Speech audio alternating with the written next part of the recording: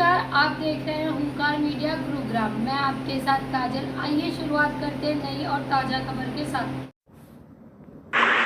BJP के जिला उपाध्यक्ष अर्जुन शर्मा बीजेपी के कर्मठ योद्धा रहे हैं। उनका कहना है अगर पार्टी उनके कार्य पर भरोसा करती है, उनको गुरुग्राम से टिकट देती है, वह गुरुग्राम विधानसभा की सीट भारी मतों से जीतकर पार्टी की झोली में जरूर डाल सकते हैं। अर्जुन शर्मा तन मन धन से पार्टी की नीतियों पर न्यौछावर है। उनका कहना है कि केंद्र में तीसरी बार मोदी की सरकार बनी है, वैसे ही हरियाणा में तीसरी बार नायब सैनी बीजेपी की सरकार बनाएंगे। चुनाव आने वाले हैं, जनता बीजेपी की नीतियों को पसंद करती है। अर्जुन शर्मा ने कहा कि कांग्रेस झूठ और भ्रष्टाचार की बड़ी दुकान है। धीरे धीरे झूठ की दुकान में माल बिकना बंद हो गया है। जनता बाप बेटे की राजनीति से तंग आ चुकी है। जनता कांग्रेस को पहले नकार चुकी है और भविष्य में भी नकारेगी। अर्जुन शर्मा का कहना था कि वह लंबे समय से पार्टी की सेवा करते आ रहे हैं, भविष्य में भी करते रहेंगे। 2014 में भी वह विधायक की टिकट की दौड़ में थे, उनको टिकट नहीं मिला। फिर वह पार्टी से कंधा मिलाकर चले और बीजेपी का विधायक बनने में मदद की। उन्होंने बिना नाम बताया कि पार्टी में सभी का स्वागत है। कुछ लोग टिकट ना मिलने पर दूसरी पार्टी का दामन थाम लेते हैं। ऐसा नेता न जनता के होते हैं न पार्टी के होते हैं। उन्होंने कहा पार्टी के हितों के लिए, समाज के हितों के लिए और राष्ट्र के हित के लिए जीवन भर काम करूंगा। नमस्कार जी, अर्जुन शर्मा, जिला उपाध्यक्ष भारतीय जनता पार्टी गुरुग्राम। अर्जुन जी, आप भारतीय जनता पार्टी के कर्मठ योद्धा रहे हैं और आप क्या कहना चाहेंगे? अभी चुनाव आने वाले हैं और आपको पता है सितंबर में चुनाव की घोषणा हो जाएगी और अक्टूबर में हमारे चुनाव होने वाला है, क्या कहना चाहेंगे? सतवीर जी, सबसे पहले तो मैं आपके चैनल के माध्यम से गुड़गांव लोकसभा की पूरी जनता का आभार व्यक्त करूंगा, जिन्होंने आदरणीय नरेंद्र मोदी जी को तीसरी बार प्रधानमंत्री बनाया और उसमें एक सीट की आहुति देकर नरेंद्र मोदी तीसरी बार प्रधानमंत्री बने।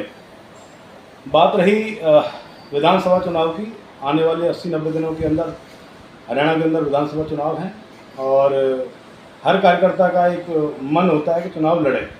मेरा भी एक मन है। मैं भी अपना 2014 में भी पार्टी से अनुरोध किया था, 19 में भी किया था और आज भी मैं अनुरोध कर रहा हूँ पार्टी से कि विधानसभा चुनाव मुझे लड़ाए। अगर पार्टी का आदेश होगा तो मैं डेफिनेटली विधानसभा चुनाव गुरुग्राम से लड़ूंगा।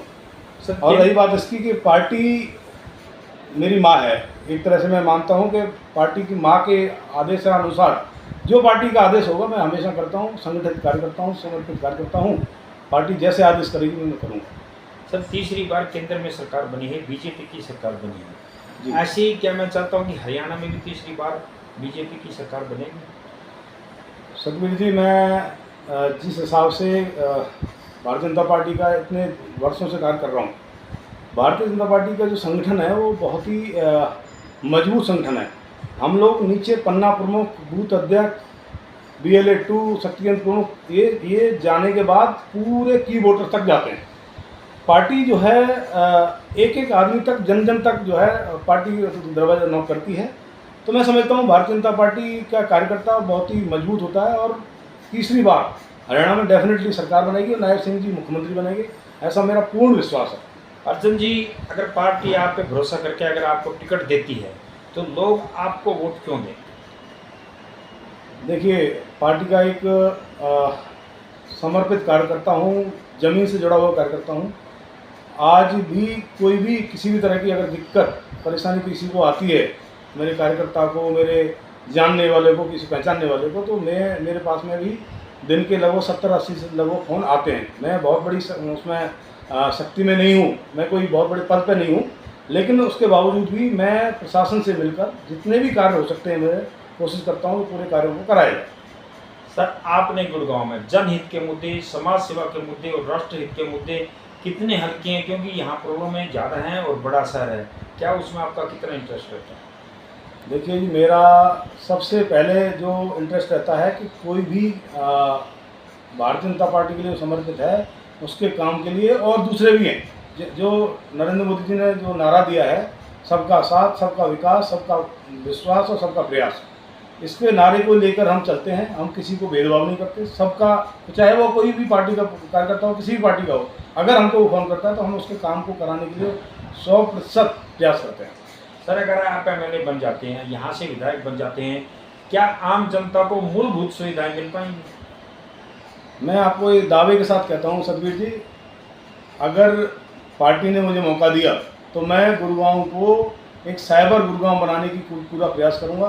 गुड़गांव के अंदर जो काम 10 साल के अंदर नहीं कर पाई हमारी सरकार, उन कामों को भी आगे लेके चलूँगा।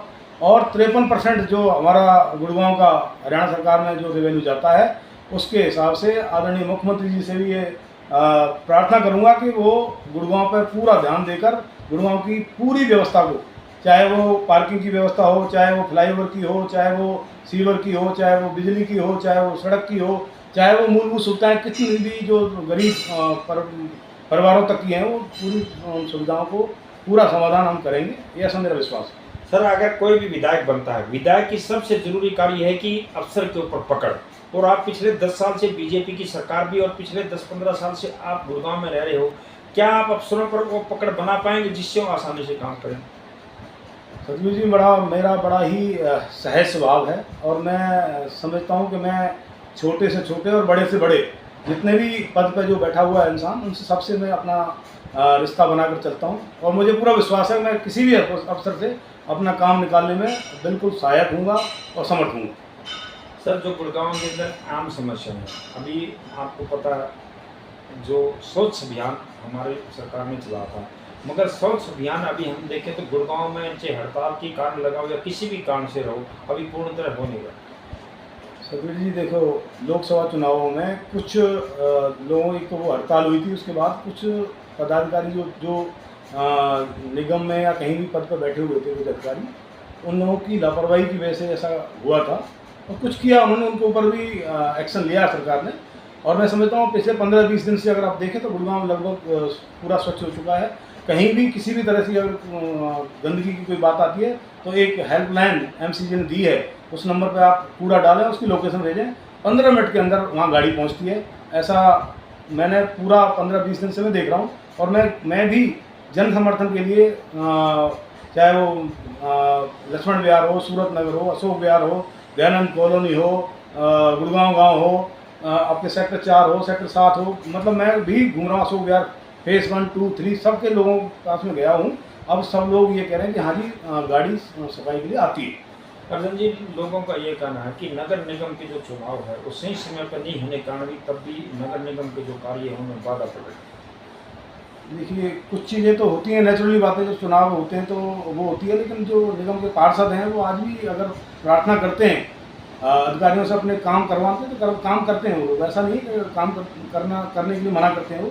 हाँ, लेकिन यह है कि नगर निगम चुनाव किसी कारणवश, कुछ वार्डबंदी के कारणवश वो सब चीज़ें नहीं हो पाई तो थोड़ा डिले हो गए, तो डेफिनेटली नगर निगम चुनाव होते हैं तो फर्क तो पड़ता है। अर्जुन जी, जो लोकसभा का चुनाव लड़ा गया था वो लड़ा गया था मोदी की गारंटी के ऊपर। जो हरियाणा का विधानसभा का चुनाव हो किसकी गारंटी के ऊपर लड़ेंगे? देखिए, हरियाणा का चुनाव हम अपनी अच्छी नीतियों के कारण लड़ रहे हैं, तो 21 लाख तक जितने भी काम करा सकते किसी सरकार ने जो नहीं दिया, तो मैं समझता हूँ मुख्यमंत्री जी बड़ा 24 घंटे काम कर रहे हैं और डेफिनेटली जनता हमको सपोर्ट करेगी और तीसरी बार हमारी भारतीय जनता पार्टी की सरकार बनेगी, नायब सिंह जी मुख्यमंत्री बनेंगे, उन्हीं की गारंटी पे आज हम। अर्जुन जी, इसमें कोई दो राय नहीं कि मुख्यमंत्री रोजाना घोषणाएं कर रहे हैं और जनहित की घोषणाएं कर रहे हैं, चाहे वर्दों की पेंशन को लेके लो, चाहे शिक्षा को लेके लो, चाहे टीचर लगाने की नौकरियों की बात करो, मगर लोग बोलते हैं कि ये अभी 3-4 महीने में ये जो घोषणाएं हो रही है पूरी हो पाएंगी या नहीं? बिल्कुल होंगी जी। अभी आपको इलेक्शन से पहले तक लगभग 50,000 जो है सरकारी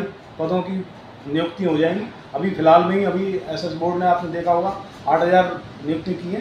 तो मैं समझता हूँ हमने जितनी 10 साल के अंदर नौकरियाँ हरियाणा के अंदर दी, किसी भी सरकार ने नहीं दिए। आज अगर मैं बात करूँ, वो हुड्डा जो हिसाब मांग रहे हैं, हमारा क्या हिसाब मांगे, वो हिसाब अपने 10 साल का दें, जो कि जीजाजी घोटाला उन्होंने किया हुआ है, जो आप लोगों सबके सामने, वो आज जो करोड़ों में जो खेल रहे हैं लोग, उनका हिसाब दें, वो उनसे मांगे। हमारा क्या हिसाब है? हमने तो जनता के लिए काम किया और जनता सब जानती है कैसे काम किए हैं। कांग्रेस पार्टी का ये कहना है कि जो बीजेपी ईडी और सीबीआई का यूज कर रही है वो हमारे ऊपर प्रेशर डालने के लिए यूज करी, हमारे ऊपर दबाव बना रही है। ये सब मिथ है जी। बीजेपी का इसमें कोई रोल नहीं है, ना मुख्यमंत्री जी का रोल है, ना मंत्रियों का रोल है। ये तो सरकार की प्रक्रिया है, जो जैसा करेगा वैसा पाएगा। जिन लोगों ने जो काम किए हैं उसका परिणाम तो उनको मिलेगा ही। जिन लोगों ने लूटा है इस हरियाणा को, उन लोगों को जो है अगर सीबीआई की रेड जाती है, सीआईडी की रेड जाती है, तो स्वाभाविक हो जाएगी। अगर मैं करूँगा तो मेरे पास तो आएगी। जैसा कर्म करेगा आदमी वैसा पाएगा। इसमें ये अगर भारतीय जनता पार्टी को अगर दोषी ठहराते ये बिल्कुल गलत है।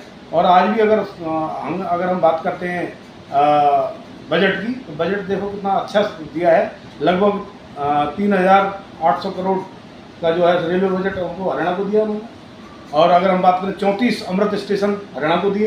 18 से 20,000 करोड़ का जो बजट प्रावधान हरियाणा को रखा है। मैं समझता हूँ हरियाणा डेफिनेटली एक सुनहरा प्रदेश बनेगा और उस प्रदेश की जनता एक सुखद रहेगी।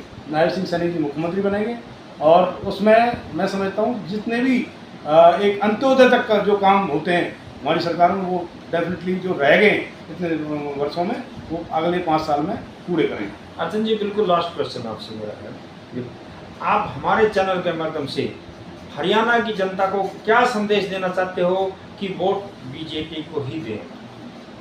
सतवीर जी, मैं तो आपके चैनल के माध्यम से हरियाणा की जनता को नमन करता हूं, वंदन करता हूं, अभिनंदन करता हूं। उन्होंने भारतीय जनता पार्टी की सरकार केंद्र में बनाकर मोदी जी को प्रधानमंत्री बनाया और मोदी जी का एक स्पेशल नाता हरियाणा के साथ लोगों के साथ रहा है, क्योंकि वहाँ रहे हैं वो। तो मैं समझता हूँ वो जनता सिर्फ काम जिस पार्टी ने वोट किए हैं उनको उसको वोट दें, उन्हीं की सरकार लेके आएँ। जिन लोगों ने इस हरियाणा को लूटा है, देश को लूटा है, जिन लोगों जो लोग अपने वहाँ पे जो है माँ बेटे और यहाँ पे बापू बेटे जो काम करना चाहते हैं, परिवारवाद फैलाना चाहते हैं, उसको वोट ना दें। मैं तो यही कहूँगा कि जो सरकार जनहित में काम करती हो, जिस सरकार ने 10 साल के अंदर ऐसे काम किए, धारा 370, राम मंदिर, 3 तलाक, जो बड़े बड़े काम किए जो कोई नहीं कर पाया, ऐसे जो सरकार ने अगर काम किए, तो मैं उन्हीं सब जनता से हरियाणा की से यही मांगना चाहूँगा कि तीसरी बार एक बार 5 साल का मौका दें और जो भी अधूरे काम रह गए डेफिनेटली नायब सिंह सैनी जी मुख्यमंत्री बनेंगे और पूरे काम ढंग से जो है करेंगे, ये मैं आपसे वायदा करता हूँ।